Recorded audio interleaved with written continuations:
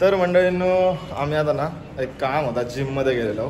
भावेशाक body बनवची असा आणि जिममध्ये मीटिंग आमची चालू होती आणि तोपर्यंत अंकिताचा फोन येलो की मी गावा गेलोय म्हणजे माहेरा गेलोय. तर म्हटलं भेट कणकवलीत. तर आता अंकिता भेटात त्यानंतर बघू ओरोशिक जाऊया म्हणून सांगितलं ना. हा बघा मंडळींनो अंकिता माहेरा गेला. गो काय अजून झापूक झुपूक मध्ये जा. ओके. आणि फटाके कसा आणलं? फटाके मंदावले. काय झालं तुम्ही डिम कशाक झाला एवढे? भूक लागली. अरे आम्ही आता थांबलोय मुंबईत जेव्हा निघालो तेव्हापासून. मग एकदा पण नाही थांबा. कसा? दुपारी 12ला निघालोय 7च्या आत पोहोचलोय. डेंजर ड्रायव्हर असस तू. किती वाजले बघ 7 तासाच्या आत पोहोचलोय इथे. भारी ड्रायव्हर आणला. आम्ही खाऊ घेतो. मी तुझ्या ह्याच्यातलाच घेते. मला मी दिसन ना. चला order order order order order. बघा झोप लागणार नाही. झोप लोकांका आंबे खाऊचे आणि अंकिताक झोप नाही होय ना. लोकांका आंबे खाऊचे आणि अंकिताक झोप नाही. तोपर्यंत आंबे ते पोचून ते मला सांगत नाही की आंबे छान होते. ते बघ गाडी नको रे. कळत नाही रे यांना. हे काय नाही हे म्हणून हे तुम्ही कधीतरी ना युट्यूबवर होऊन बघा काय असतात ते. जोपर्यंत हे आंबे लोकांच्या घराकडे जाणत नाही ते मला सांगत नाही की आंबे भारी होते ना. त्याचे डोळे बघा डोळे अंकिताचे. डोळे मी कुणाला काय सांगितलं की 2 महिने माझ्याकडे बघायचं आहे ना. मला सांगायचं नाही की काय करतं कसा राहतो. कोणी बघूच नका कोणी फोटो काढून घेऊच नका. 2 महिने का सगळ्या लोकांसाठी आंबे घरात पोचा होईल. लोकांच्या आंबे घरात पोचण्यापेक्षा आंबे चांगले पोचवते. आणि मेन म्हणजे प्रत्येक इन्फ्लुएन्सर जरी असं ना त्यांना जरी 50 माणसं जोडली आणि त्यांना जेन्युअनली चांगले आंबे पोचवले तरी सगळेजण चांगला बिझनेस करू शकतात. सगळेजण त्या 50 लोकांना म्हणजे ते जे लोक इतर लोक जे विकतात आंबे आणि हे करतात आता कमी होऊ शकतात. सगळ्यांकडून आंबे घेऊचे पण कोकणातल्या लोकांकडून घेऊ शकतो. मी असं म्हणणे नाही की माझा एकटाच बिझनेस सांगतो. तर मला बरं वाटतं हल्ली आई आत्ता ह्या वेळा मी बघले बरेच जण विकतात. फक्त एक की त्यांना कारण विचार कर मी जर 1000 रुपये देऊन आंबो घेतोय तर तो 1000 खाताना मला टेन्शन येतं का माझी. मी टेन्शन फ्री होऊन खाऊ का 100 रुपयांनी करतोय. 100 रुपये एक आंबो पडतात. विचार कर एक आंबो जरी खराब निघालो ना तरी मस्त फिरताला कोणाचं फळ असा खराब निघाच शकतं. पण जर एक पेक्षा जास्त खराब निघाले तर त्या डील करू घेऊ काय. ही खरी गोष्ट असा कारण 100 रुपयाचे 10 बांगडे त्यातलं एक बांगडो खराब निघालो तरी बायका गाडी घालतात घरात. आणि हे 100 पण नाही सर. डिलिव्हरी चार्जेस म्हणजे जे लोक लांबून येतात ना अमरावती जळगाव त्यांना पहिले आंबे लय महाग पडतात. माका खरंच वाईट वाटतं त्यांच्यासाठी कारण 250-300 रुपये बॉक्सच्या मागे डिलिव्हरी जातात फक्त. ती सुद्धा बस नाही. आणि कुरिअरने गेले तर मग काय विचारू पण होतं किलोचा रेट.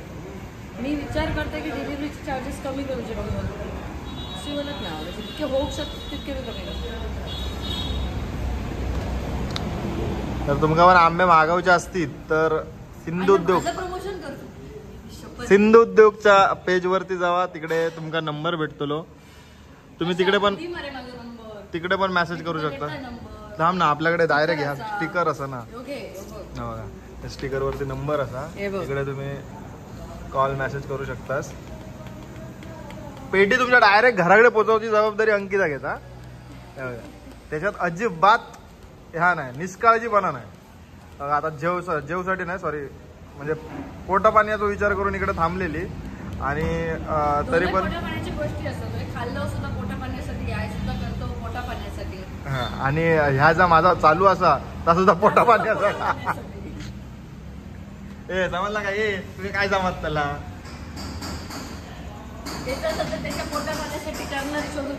होय ना. सिंधुद्योगचे आंबे विकत घेऊ तसे त्याच्यासाठी पोलीस जर कोणा त्यासाठी कॉन्टॅक्ट नंबर तुमका त्याच्यावरतीच करून देतो. आम्ही प्रतिभा काही देतो आंबे देतो आणि प्रतिभा काही देतो. समजला ना.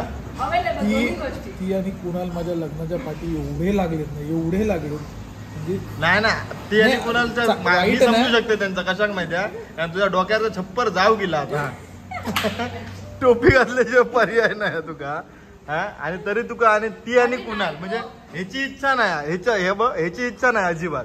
कुणाल आणि अंकितासाठी लग्न करतो होय ना. तुका नाही वाटत की लग्न करूचा ना. सगळ्या बोललो का मी? एकच विषय आहे, प्रदीपचं लग्न. अरे मग बरोबर झाला बघ. तळपाट झाला. त्याचं ठाण्याला वर्तक नगर मध्ये स्वतःचं घर आहे. एकुलता एक मुलगा आहे. त्याच्यानंतर त्यांचं शिवडाव कणकवली इथे स्वतःचं घर आहे. छान बाग वगैरे आणि छान असं छोटंसं घर आहे. गणपतीला तर अगदी सुंदर वातावरण असतं तिथे. मी गेले मला माहिती आहे. त्याच्यानंतर प्रदीप फोटोग्राफर आहे. छान फोटोज काढतो, व्हिडिओज वगैरे ते सगळ्या गोष्टी करतो. मला मदत तर करतोच. ते तुम्ही बघितलं की खूप हेल्पफुल नेचर आहे त्याचं.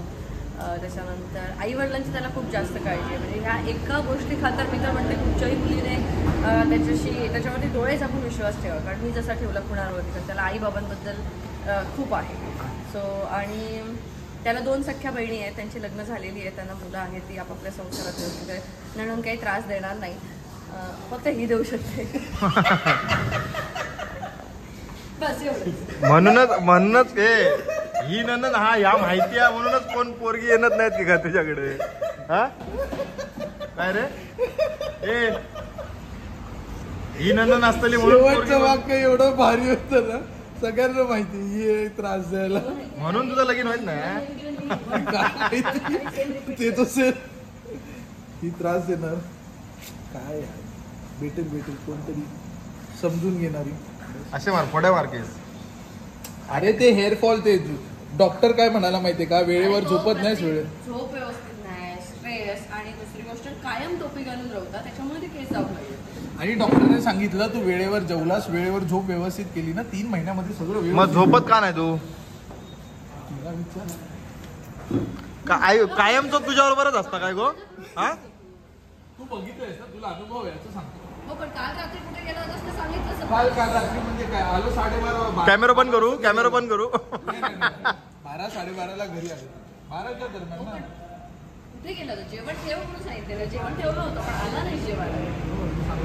ते अवेळी खाणं, काहीतरी फालतू खाणं या सगळ्या गोष्टींमुळे भूक लागली तर तेव्हा बाहेर असलो तर बाहेरच खावं लागतं. काय करणार.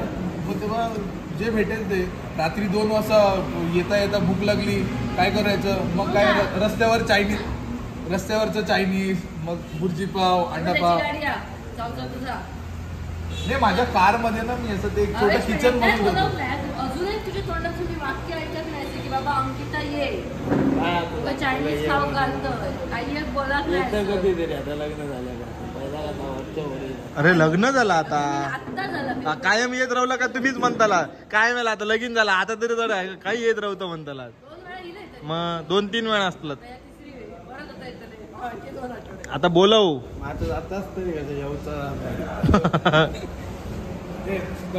चल. आम्ही चला टाटा बाय. चला आता परत भेटलास तर भेट ना उद्या. ओके टाटा. पाऊस लागलो त्याच्यामुळे गाडी खराब दिसत असतली. उगाच कमेंट करू नको काय.